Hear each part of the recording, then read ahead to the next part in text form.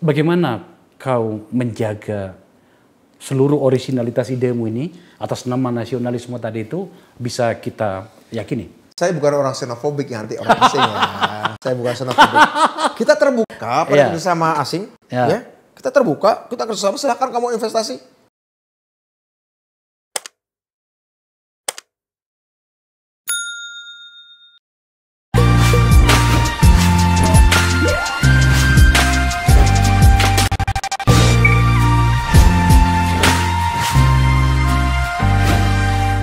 Assalamualaikum warahmatullahi wabarakatuh. Banyak permintaan kepada kami di Akbar Faisal Unsensor untuk mengundang sahabat saya, kolega saya selama 10 tahun di DPR. Saya memang sebenarnya tidak mau mengganggunya karena rencananya besar sekali. Tapi permintaan itu semakin kencang, maka saya undang sahabat saya Budiman Sujatmiko. Bud.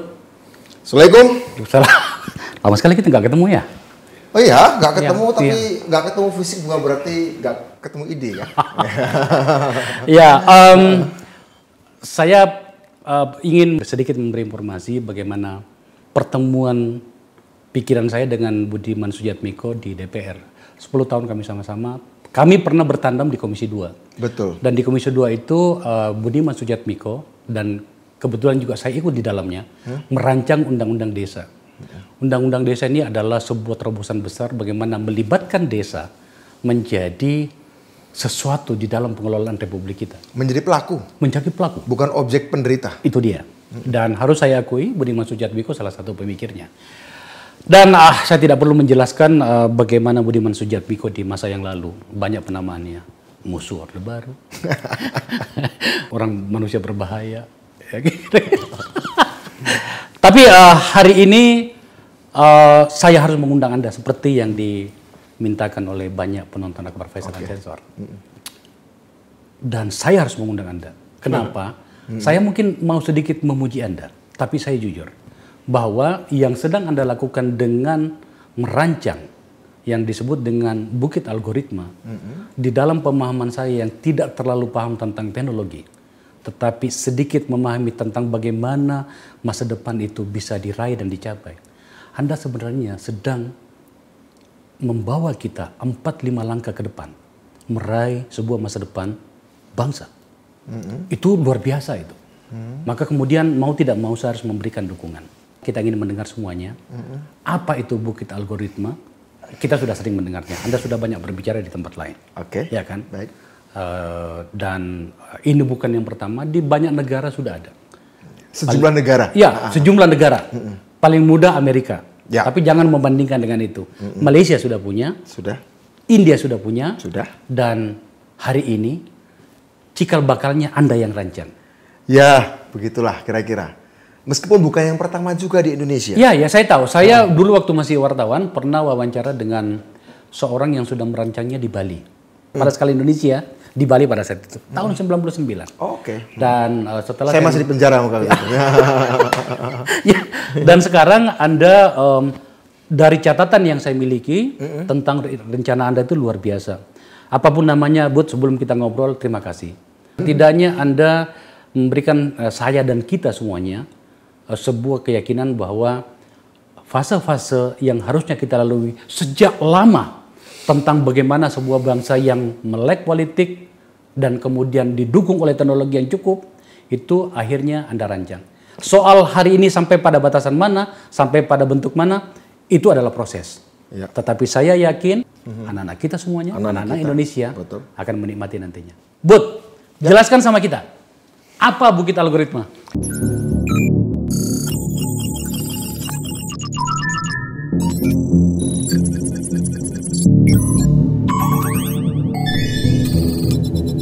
Bukit algoritma itu satu platform, ya, satu tempat, satu titik dari sebuah ekosistem besar yang hendak kami bangun.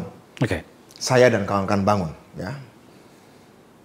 Untuk mewujudkan, kalau dari perspektif saya pribadi, ya, obsesi saya yang ketiga dalam hidup. Obsesi pertama apa? Obsesi kedua apa? Obsesi pertama saya adalah kebebasan manusia. Oke. Itulah kenapa saya dulu ikut berjuang untuk demokratisasi. Itu obsesi pertama saya, kebebasan manusia. Indonesia lah konteksnya. Obsesi saya yang kedua adalah, karena itu kita dulu melawan Orde Baru ya, Soeharto ya. Obsesi saya yang kedua adalah keadilan dan kesetaraan manusia. Karena itu kita di DPR membuat undang-undang desa untuk menciptakan keadilan anggaran sebagai salah satu wujud keadilan sosial lewat undang-undang desa. Obsesi saya yang ketiga adalah kemajuan manusia Indonesia. Maunya seperti ini, sebagai langkah awal 3 tahun pertama untuk mewujudkan kemajuan Indonesia. Dalam sesuai permintaan sejarah hari ini, apa sih permintaan sejarah hari ini? Kita hidup dalam 2 kondisi besar dunia. Ya, kita nggak bisa lepas dari itu. 1, kita berada di revolusi industri keempat. Ya, di mana teknologi yang lahir dari revolusi industri keempat, alat-alat yang lahir dari revolusi industri keempat, itu semakin lama dipakai bukan semakin bodoh, bukan semakin rusak, akan semakin pintar. Ya. Kedua, kita hidup di era pandemi yang nggak tahu akan kapan berakhir, tapi yang jelas kita akan hidup abadi bersama virus COVID. Artinya, kita hidup dituntut di era revolusi industri keempat dan di era pandemi, kita dituntut menjadi bangsa yang berdisiplin, ya, dalam segala urusan itu harus berbasis ilmu pengetahuan, ya, nggak boleh pakai asumsi-asumsi subjektif lagi, nggak cukup dengan itu, harus dengan teknologi, harus dengan data, segala sesuatunya harus dihitung betul, karena tantangan kita bukan cuma yang besar-besar, tapi yang kecil-kecil, mulai dari virus digital, macam-macam yang akan mengantar kita setidaknya sampai tahun 2045, Bung Akbar. 24 tahun lagi, nggak lama, kita akan menghadapi sebuah era di mana kecerdasan alat ini, kecerdasan laptop Anda, kecerdasan di rumah kita, seluruh alat di rumah kita, di mobil kita, akan jauh lebih cerdas, jauh lebih cepat berpikir, jauh lebih tepat dan lebih akurat daripada manusia. Ya. Nah, menghadapi mesin-mesin dan teknologi makin cerdas di tangan kita, di laptop kita, di rumah kita, manusia Indonesia dengan waktu tersisa 24 tahun lagi, kita harus siapin apa nih? Kami bangun bukit algoritma di 888 hektar, ya, untuk kita buat di sana, kita konstruksi, kita visualisasikan, kita kumpulkan anak-anak muda, terutama anak-anak muda Indonesia, untuk merancang masa depan apa yang harus kita antisipasi menghadapi zaman edan, yang lebih edan daripada ramalan Joyoboyo, di mana mesin-mesin akan lebih cerdas. Nah, kita ingin ada sebuah tempat di mana ketika ada anak muda bermain ke sana, anak muda bekerja di sana, anak muda berbisnis di sana, meneliti di sana, mereka akan berinteraksi dengan orang-orang sekitar di dalam situ, ya. Bagaimana kesehatan harus dibuat, sistem pendidikan harus dibuat, sistem ekonomi, ya, apalagi pertanian, apalagi eksplorasi ruang angkasa, eksplorasi atomik, eksplorasi biologi, eksplorasi komputasi, itu harus dibicarakan. Tahan sampai di situ dulu, Bet. Ya. Itu kita akan berbicara panjang lebar pada bagian setelah ini. Tapi kita bicara tentang fisiknya dulu ya. Iya, oke. Di Cikidang Cibadak ya. Ini jangka waktu 3 tahun, infrastruktur segala macam ya. Saya tidak ingin terlalu panjang lebar soal ini. Saya yakin atas nama zaman, banyak orang langsung tertarik dengan ini. Setelah melihat bagaimana yang terjadi di luar negeri gitu ya. Jadi ketika Anda datang dengan idenya, saya yakin banyak. Saya dengar banyak sekali yang tertarik, terutama dari luar. Luar dan dalam juga ya? Luar dan dalam ya. Itu saya dengar sudah ada yang komitmen itu sampai $1 billion. 1 billion euro. Oke, 1 billion euro. Lebih mahal lagi. 1 billion euro itu yang sudah oke. Tinggal juga beberapa yang lain karena itu adalah untuk pekerjaan tahap pertama. 3 tahun pertama. Rencana kita membangunnya 10 tahun atau sampai 11 tahun. 11 tahun ya. 3 tahun pertama, tapi itu memang perencanaan sebelum adanya pandemi. Oke. Beberapa perencanaan kita untuk membangun pusat kesehatan presisi, kesehatan akurat 4.0 tadinya pada tahap kedua. Tapi dengan adanya pandemi nampaknya akan kita tarik ke depan ini. Besok di tanggal 9 Juni kita akan langsung komitmen, nanti akan kita membuat juga IoT Park. taman untuk serba internet, teknologi IoT, AI ekosistem, kemudian juga untuk energi terbarukan, energi bersih, mining yang bersih, pertambangan yang bersih, clean dan green, begitu, hijau dan bersih, dan lain-lain segala macam yang memang sedang kebetulan kami memang selain teknologi kita menyediakan pendanaan bagi anak-anak muda Indonesia yang punya kreasi ide-ide teknologi. Begitu. Jadi 3 tahun pertama itu yang 1 billion euro itu di luar pendanaan. Di luar pendanaan. Di luar pendanaan startup segala macam. Itu untuk infrastruktur terutama. Yang 1 billion euro untuk infrastruktur. Mana yang kedua? Kita akan bahas ini sekarang. Oke. Gini. Kalau infrastrukturnya seperti yang saya katakan tadi. Anda akan mudah melakukannya. Karena itu fisik. Sekarang saya bicara tentang raw materialnya. Raw material dari seluruh ide ini. Tadi saya dengar ini akan menjadi tempat bagi manusia-manusia unggul Indonesia untuk berkarya. Iya. Sebenarnya produknya seperti apa nantinya, Bu? Kebetulan gini, Bung Akbar. Jadi Bukit Algoritma seperti saya katakan di awal.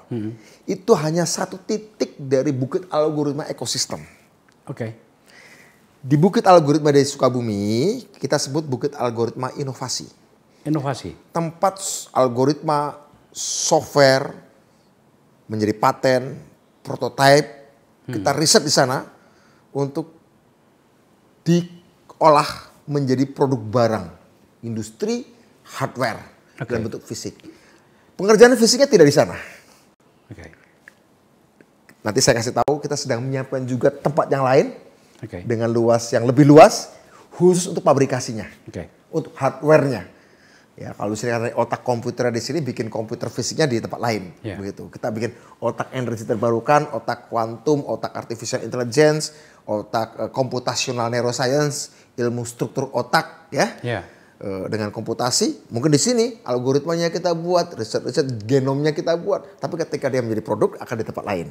Itu akan menjadi namanya Bukit Algoritma Produksi. Satu chain, satu rantai pasok. Kemudian ada Bukit Algoritma Ekosistem, yaitu siapa?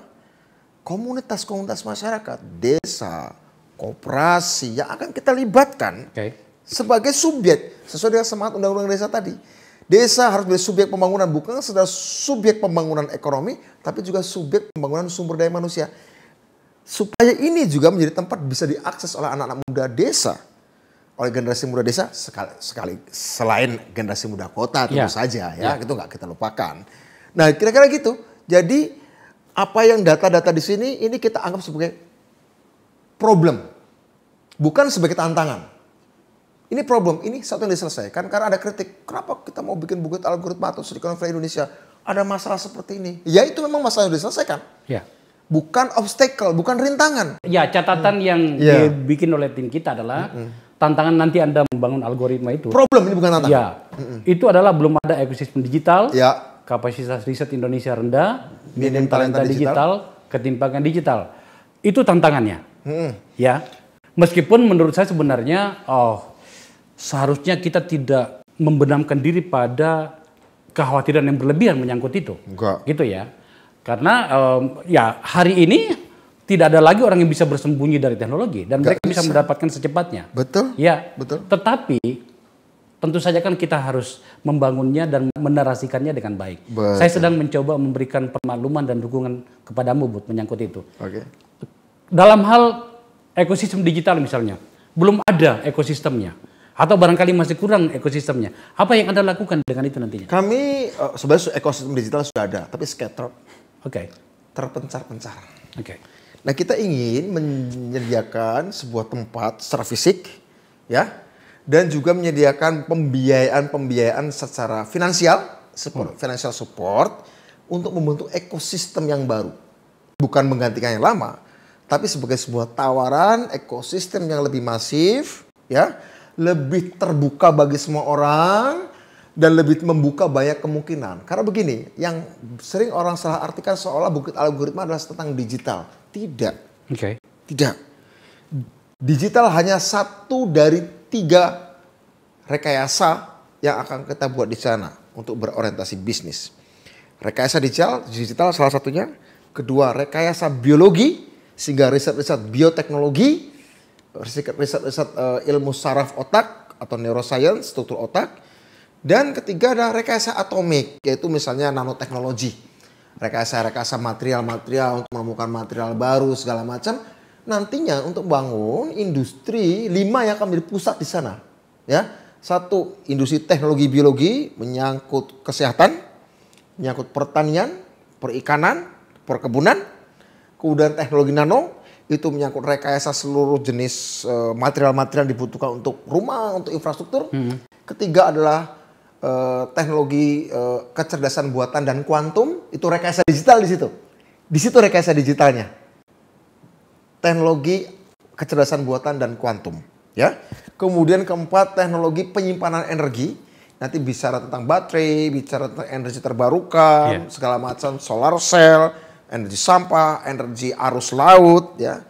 Kemudian energi angin. Kelima adalah semikonduktor, yaitu itu dia ada berkaitan dengan nano juga, bagaimana membuat chip yang dibutuhkan ketika kita membuat handphone, laptop dan sebagainya. Pada bagian ini saya jadi harus bertanya, Bud, kepadamu bahwa atas nama dunia yang sudah borderless, yang sudah terhubung dengan total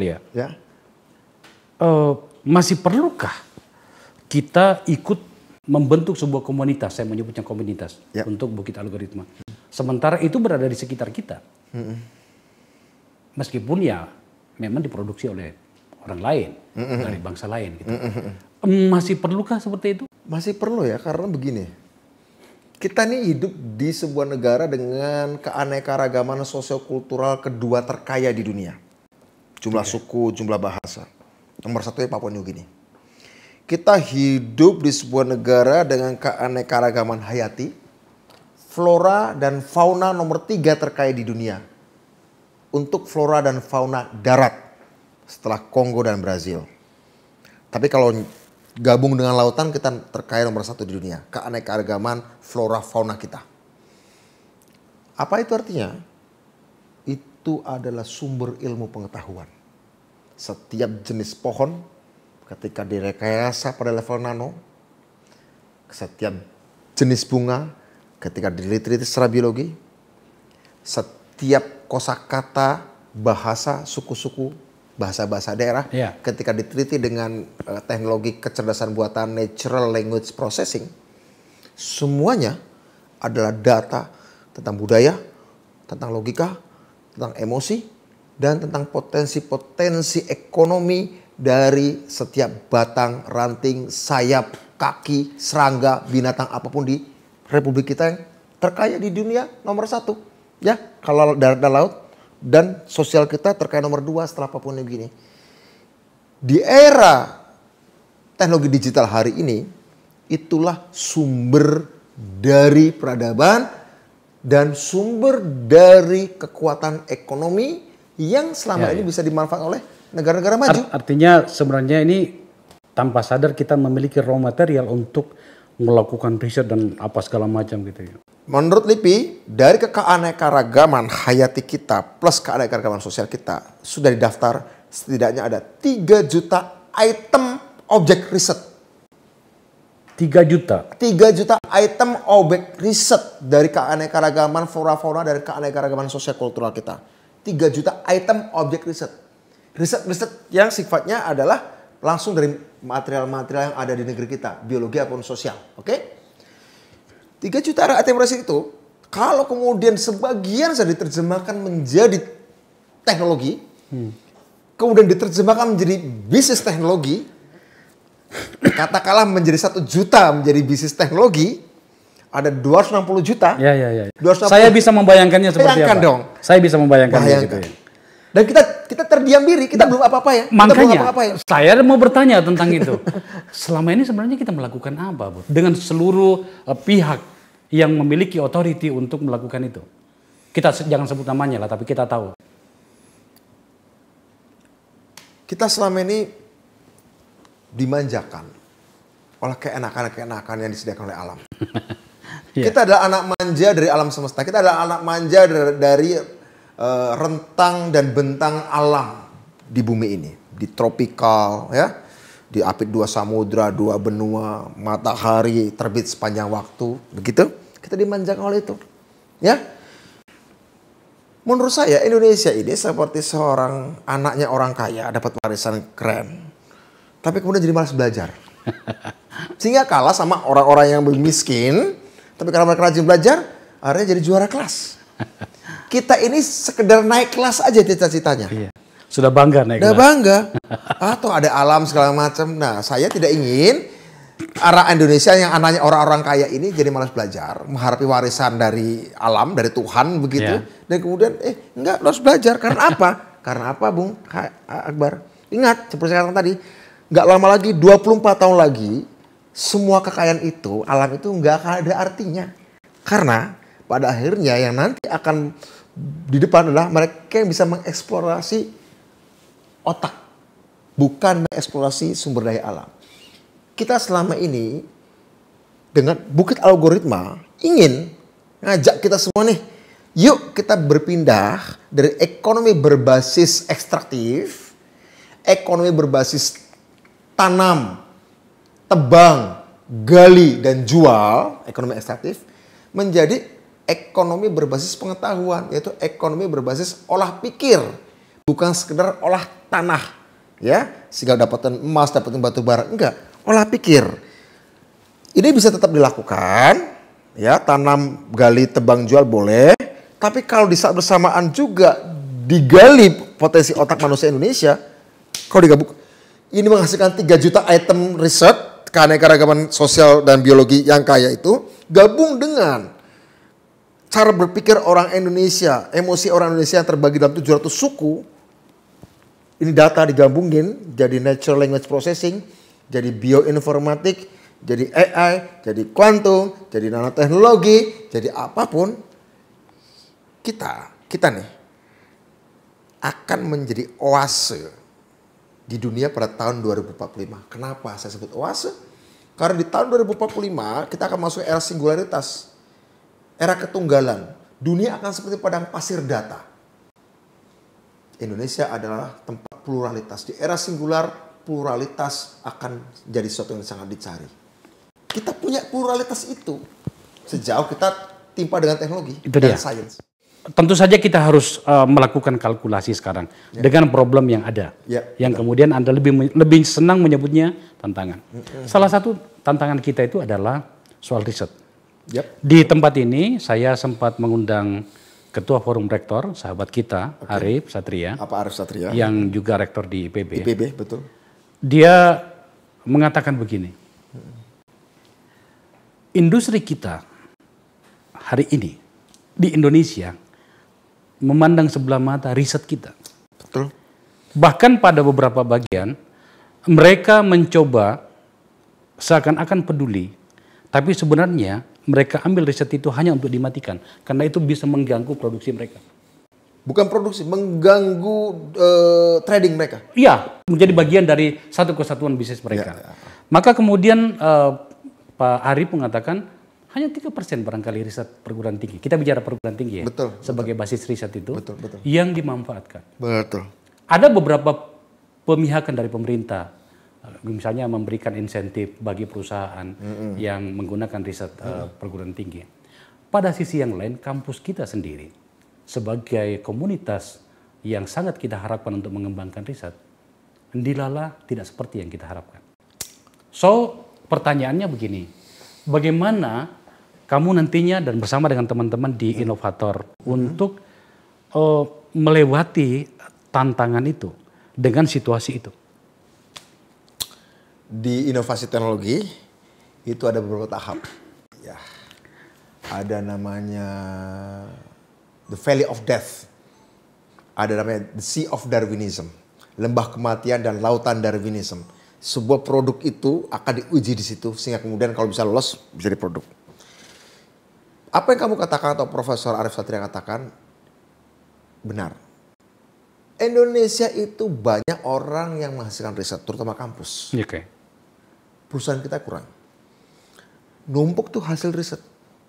Artinya sebenarnya di Indonesia tidak ada problem kekurangan orang pintar dan periset. Tidak ada.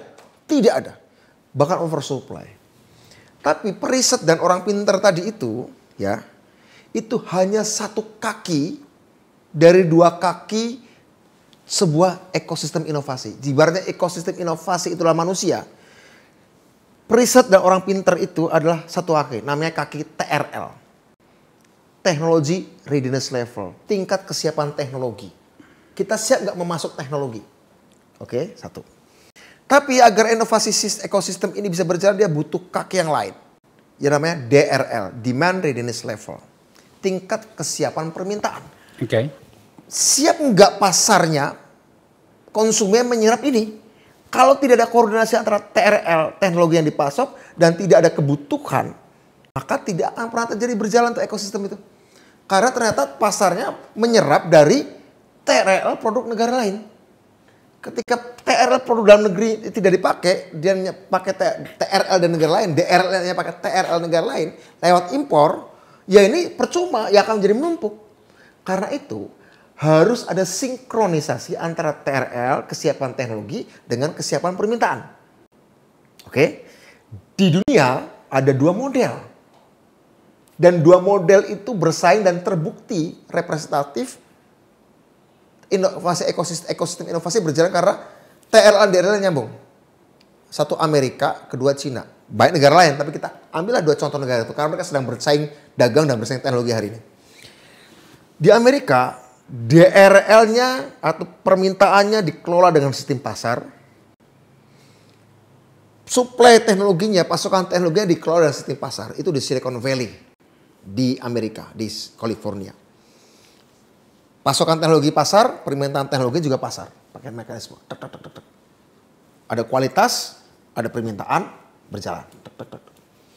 Di Cina, TRL dan DRL-nya disiapin negara. Negara membiayai riset gede-gedean, pasarnya pun disiapin. Jack Ma bikin Alibaba, siapin pasarnya. Lu lewat Alibaba lah. Kira-kira begitu. Dagang di situ. 1,5 miliar orang Cina, katakanlah sebagian berdagang lewat Alibaba. Karena disiapin oleh negara. Pun pembiayaan didukung oleh negara, ditopang oleh negara. Okay. Ya kan? Sehingga ketika Jack Ma memprotes pemerintah, ya dia mati-mati. Yeah. Ya, karena memang negara. Pasokan teknologi negara, permintaan negara. Di Amerika, pasokan teknologi dari swasta, permintaan swasta. Kompatibel antara kaki TRL dengan kaki DRL. Di Indonesia kenapa selama ini gagal, Bung? TRL-nya disiapin oleh negara. Tadi subsidi. Sementara TRL swasta nggak berkembang. Okay. Risetnya nggak berkembang, pasokan teknologi dari swasta nggak berkembang. TRL disiapin negara, tapi kaki kanannya DRL-nya oleh market. Mekanisme pasar. Ini negara, ini pasar. Pasar punya logika sendiri. Dia tidak akan mau membeli ini. Bukan karena dia kurang berkualitas. Bukan. Hasil riset orang Indonesia kurang berkualitas. Semata-mata karena DRL itu. Ya, mereka mencari brand. Yeah. Mereka mencari merek. Jadi nggak ketemu antara kebutuhan brand di sini dengan supply brand di sini. Supply otak dan permintaan pasar yang mencari brand. Brand and brand. Ini nggak ketemu. Sementara di Amerika brand and brandnya ketemu lewat mekanisme pasar. Di Cina brand and brandnya, mereknya, otak dan mereknya ketemu di mekanisme negara. Kita enggak, satu pakai negara, satu pasar. Ini logika sendiri, ini logika sendiri. Nggak nyambung sehingga tidak terjadi transaksi. Saya paham. Yang mau kita buat dibuka algoritma ada jalan ketiga. Brand dan brand itu bukan negara, bukan pasar, tapi komunitas. Komunitas. Jalan ketiga. Community driven innovation. Inovasi teknologi yang didorong oleh komunitas. Apa itu? Desa, koperasi. Seberapa besar? Ada 74.961 desa yang punya daya beli hari ini. Yang punya daya investasi hari ini, tapi masih kebanyakan untuk infrastruktur fisik. Kalau misalnya dibuat dalam hitung-hitungan angka-angka, itu ekuivalen seberapa besar kalau kita hitung-hitungan angka dari kacamata bisnis? Moderat lah. Asumsinya negara, asumsinya 74.961 desa, itu tidak bikin BUMDes, asumsinya. Artinya tidak membuat mesin ekonomi sendiri. Ya. Mereka dapat 72 triliun tiap tahun. Ya. 72 triliun tiap tahun. Seandainya 10%, 7,2 triliun, mereka belanja teknologi produk orang Indonesia. Karena orang desa tidak peduli dengan brand. Mereka hanya peduli pada kegunaan. Beda dengan orang kota konsumsinya ya. 10% saja, 7,2 triliun tiap tahun seandainya desa tidak membuat BUMDes ya.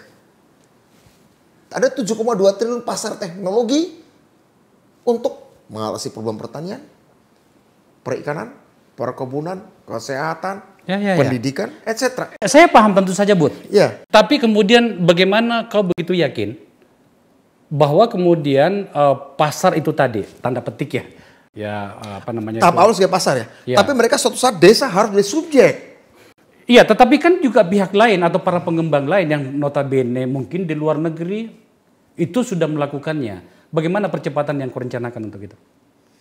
Pertama, sebenarnya apa yang kami lakukan itu sebenarnya itu yang sudah dilakukan di Jerman abad 19. Dilakukan di Jepang tahun 1930-an.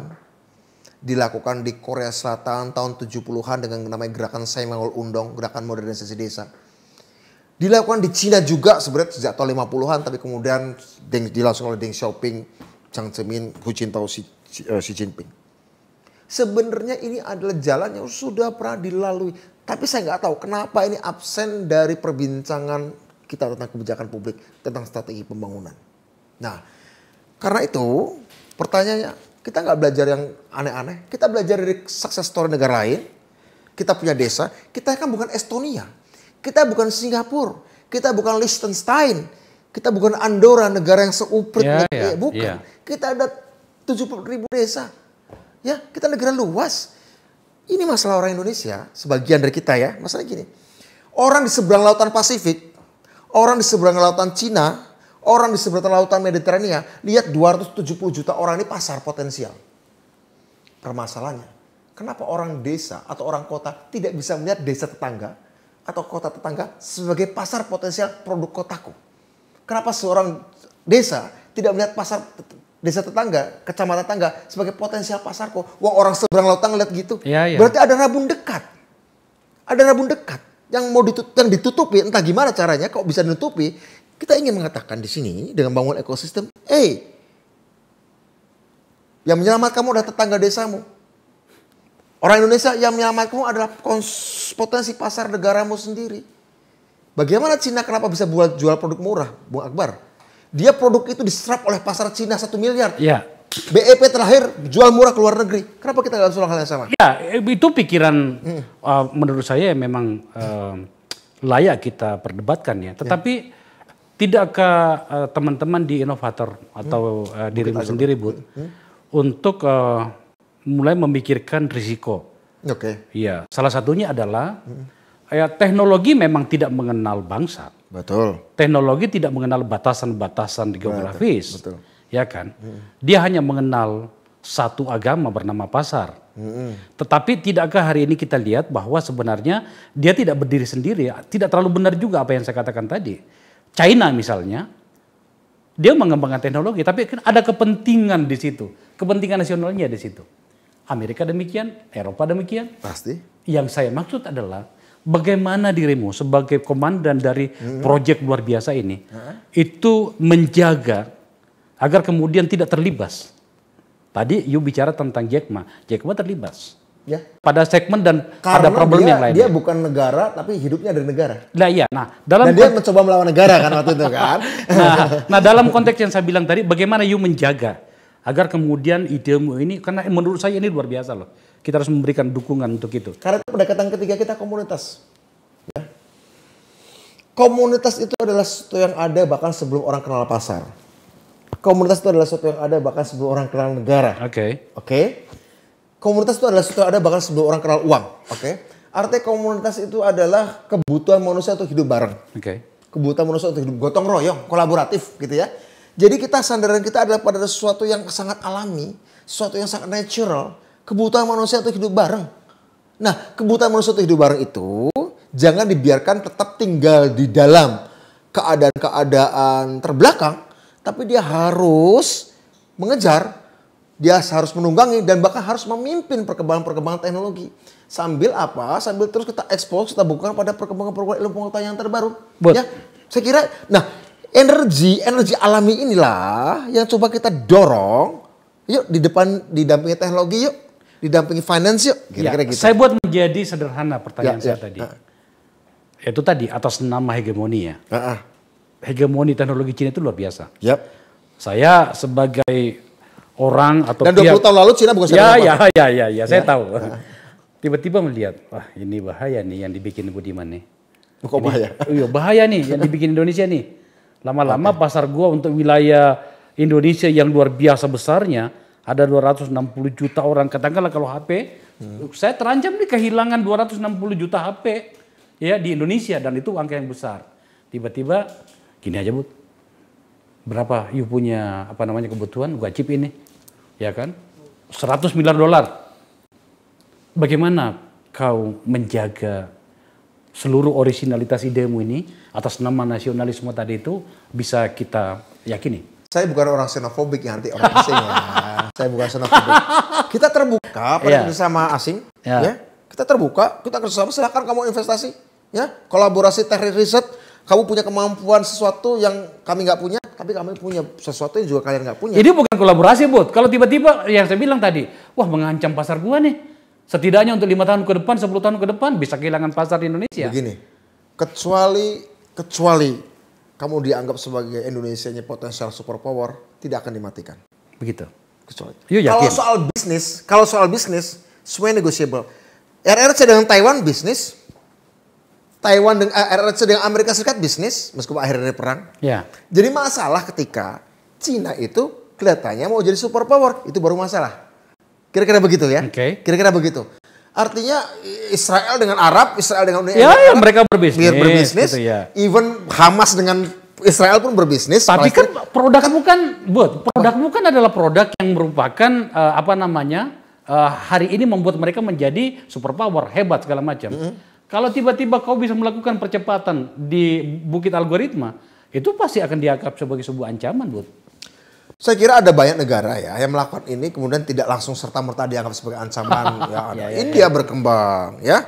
India berkembang, Eropa berkembang, kemudian Amerika kita tahu awal berkembang, Jepang udah lama berkembang, Korea Selatan berkembang, tidak pernah diancam sebagai sebuah ancaman superpower. Dan Indonesia, menurut saya juga tidak dalam posisi, Indonesia tidak punya proyek hegemonik hard power ya, kekuatan senjata, kita nggak, konstitusi kita melarang itu. Konstitusi kita ingin menciptakan ketertiban dunia berdasarkan kemerdekaan, peradaban, abadi, dan keadilan sosial. Jadi konsep bisnis kita, konsep bisnis teknologi kita adalah tawaran kita adalah kolaborasi, tawaran kita adalah gotong royong, tawaran kita adalah kolaborasi antara orang cerdas antar bangsa, orang visioner antar bangsa.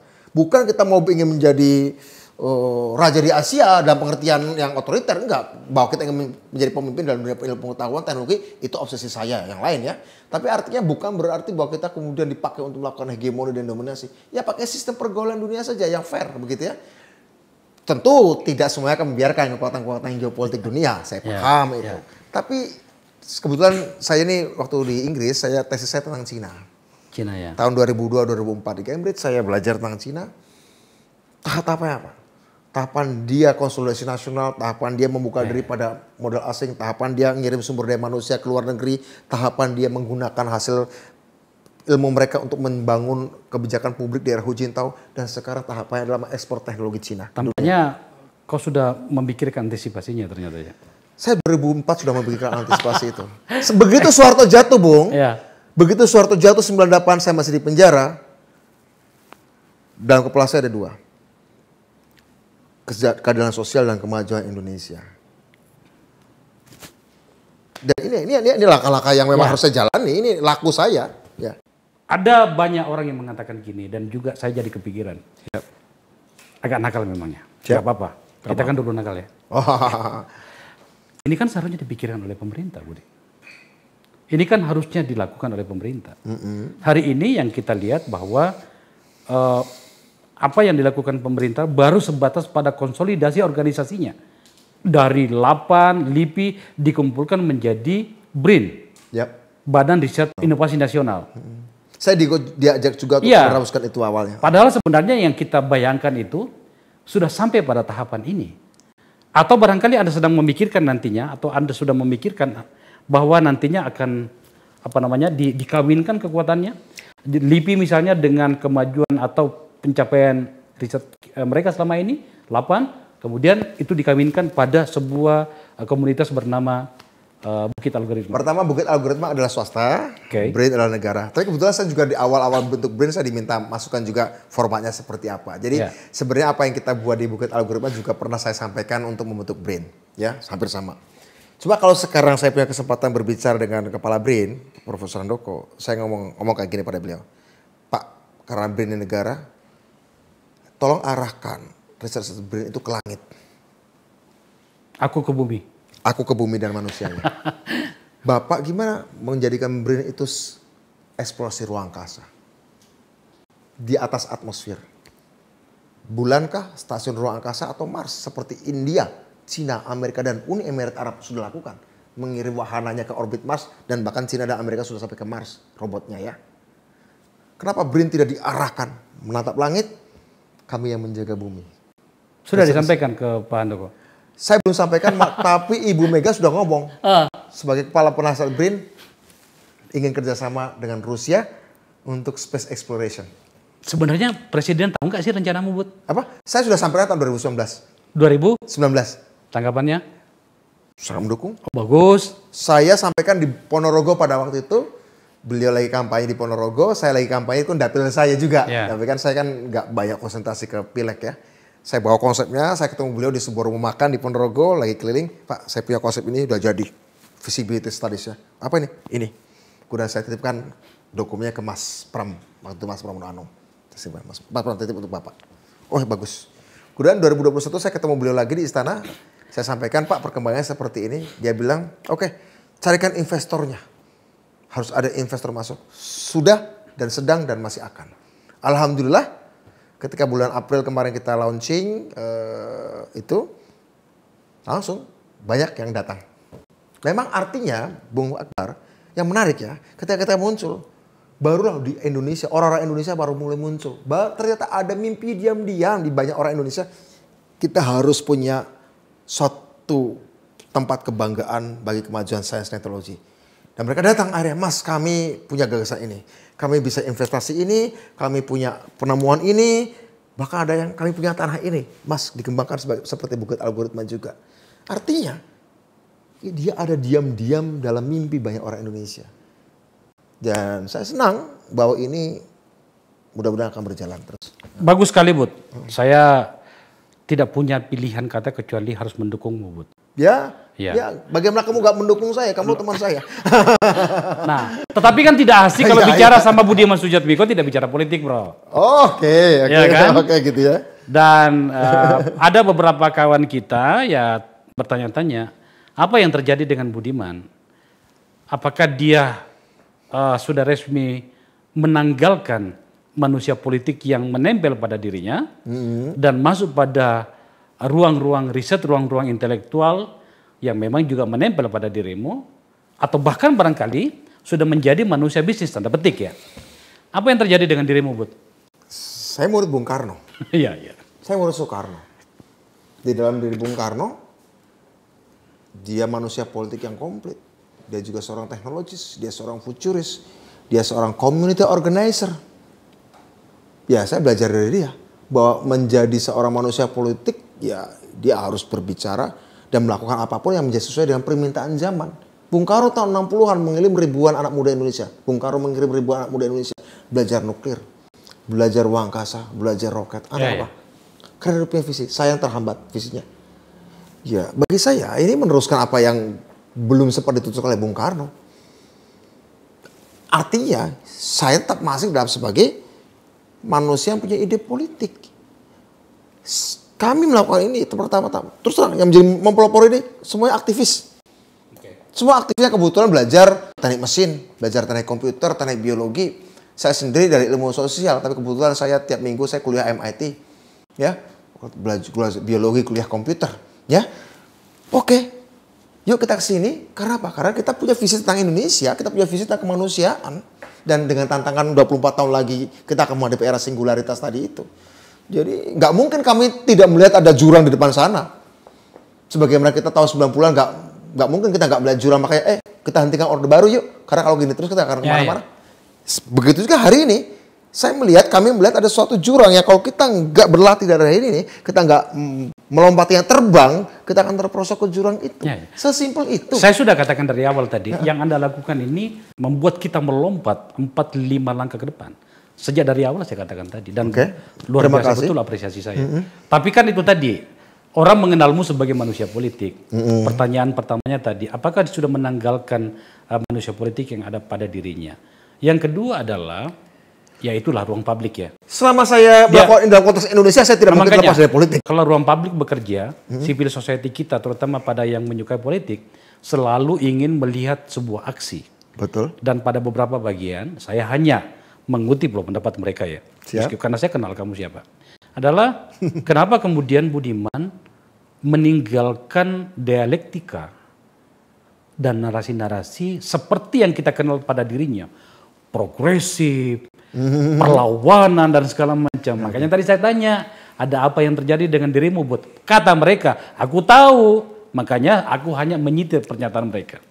Ketika saya bersama kamu, kita melawan Orde Baru, demokratisasi, ya, ada problem kebebasan. Yang itu harus kita rebut.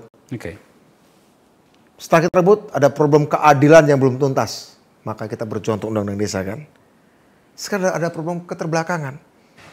Maka kita harus dorong kemajuan. Jadi menurut saya, esensinya masih sama. Esensinya adalah membuat Indonesia satu-satunya negara yang aku kenal menjadi negaraku, yang aku akui sebagai negaraku. Karena dia satu-satunya dalam hidup yang satu kali ini, harus kita buat keren. Apa itu yang keren? Rakyat makmur, rakyat bebas, rakyat cerdas, itu aja. Jadi bagaimana kita bisa memisahkan antara yang saya lakukan sekarang ini dan masa lalu. Saya tidak akan berani punya ide seperti ini kalau saya masih hidup di zaman Orde Baru. Saya tidak akan berani punya ide seperti ini kalau saya belum menggolkan undang-undang desa dan ada keadilan anggaran untuk desa. Saya tidak akan berani. Kalau saya melakukan ini tanpa ada keadilan anggaran untuk desa, saya hanya akan menciptakan oligarki bisnis teknologi. Tanpa undang-undang desa, tanpa agenda kesetaraan yang kita tuntaskan, walaupun belum tuntas, yang kita jawab sebelumnya, agenda ini hanya akan menciptakan oligarki bisnis teknologi. Tapi karena sudah ada agenda-agenda keadilan kesetaraan, saya berani maju ke arah sini. Ya, jadi ini nggak terpisah dari agenda-agenda sebelumnya. Satu tarikan napas. Kebebasan tanpa kesetaraan akan melahirkan hukum serigala, manusia menjadi serigala atas yang lainnya. Kesetaraan tanpa kemajuan akan menghasilkan masyarakat terisolir. Masyarakat yang setara tapi dalam keterbelakangan.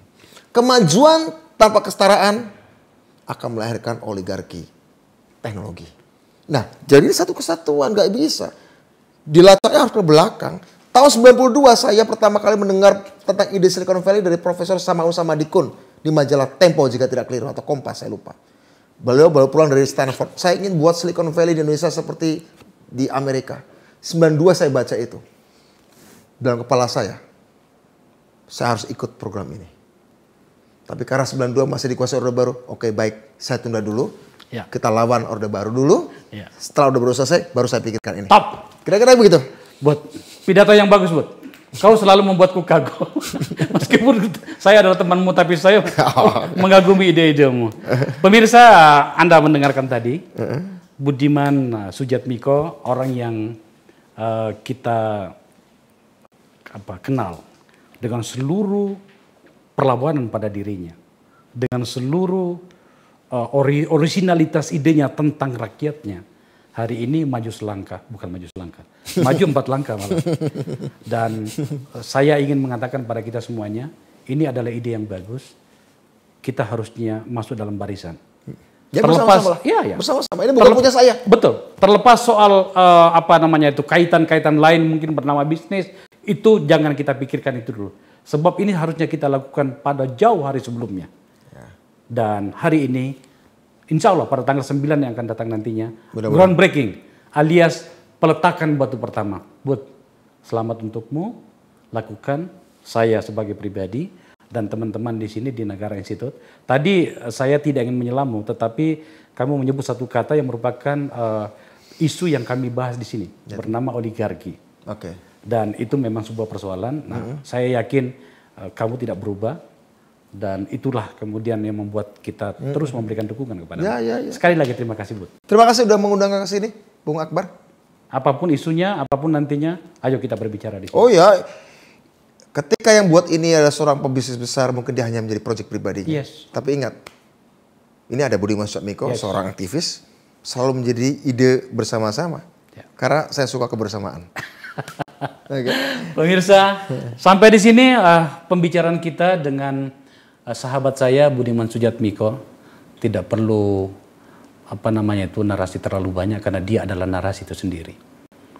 Dan kita doakan agar Bukit Algoritma itu semakin membuat kita bangga menjadi satu Indonesia, menjadi manusia Indonesia, menjadi rakyat Indonesia. Terima kasih telah menyaksikan Akbar Faisal Unsensor. Billahi taufiq wal hidayah. Assalamualaikum warahmatullahi wabarakatuh. Salam sejahtera. Oke.